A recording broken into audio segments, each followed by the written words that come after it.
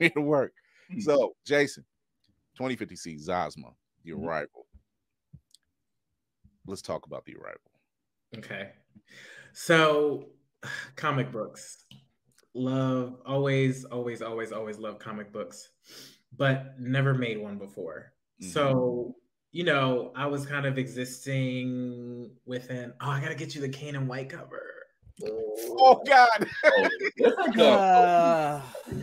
So I've been watching everybody, right? And learning and listening Comics 101, like how do you do this thing? And it's a whole new format.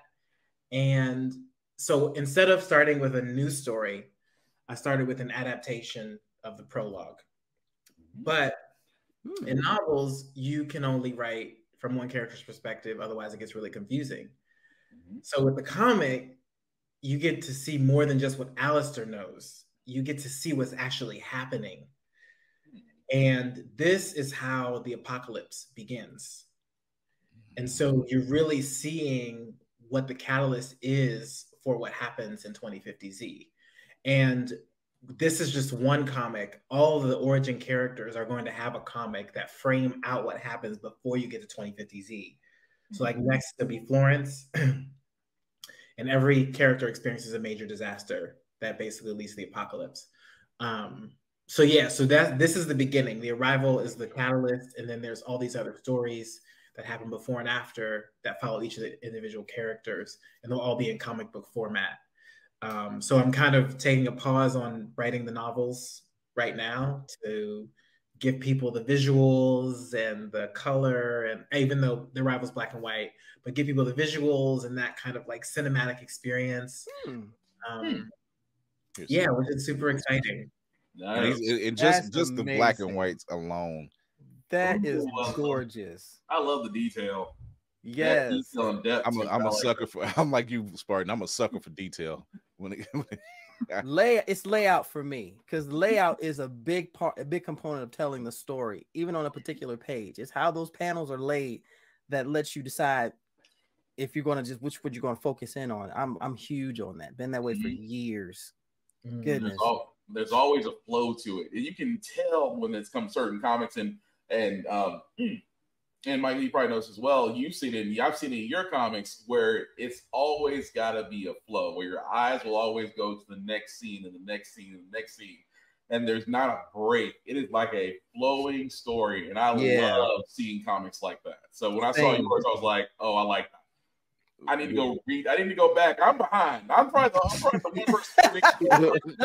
No. I'm more behind than you. So So you're ahead of me. Chris, well, I can't even touch that brother right there. And Jason wrote it. So where am I? Stay on the pulse.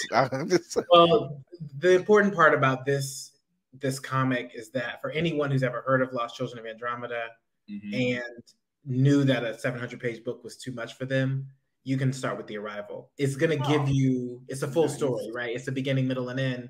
It's going to give you everything you need to want to know more.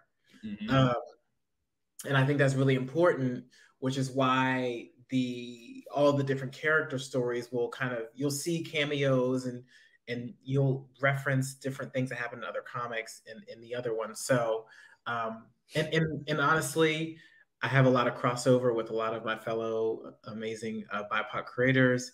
And I felt like it was time to enter this format. And so, yeah.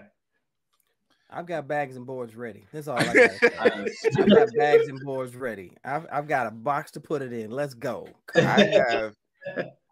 This is what I love about our BIPOC community in speculative fiction and horror and just generally and just generally world building.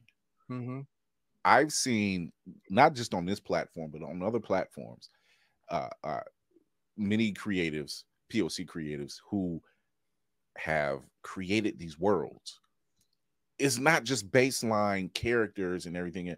They are building worlds. And this is what I can appreciate with what you've done, Jason, is you're building world. You just described it perfectly, that we're going to go back and we're going to go build around a prologue and we're going to give it to you in comic form.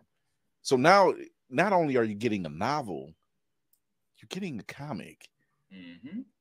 Is an anime or live action, and we've talked about this with 2050Z. Yeah, we have. Yeah, you know, Demetrius knows what I'm doing. I knew it. Me and him, I'm telling you. Always on promotion. I was thinking the same thing though. It needs to be available on a certain station. You know, it feels in the building. Feel what's going on.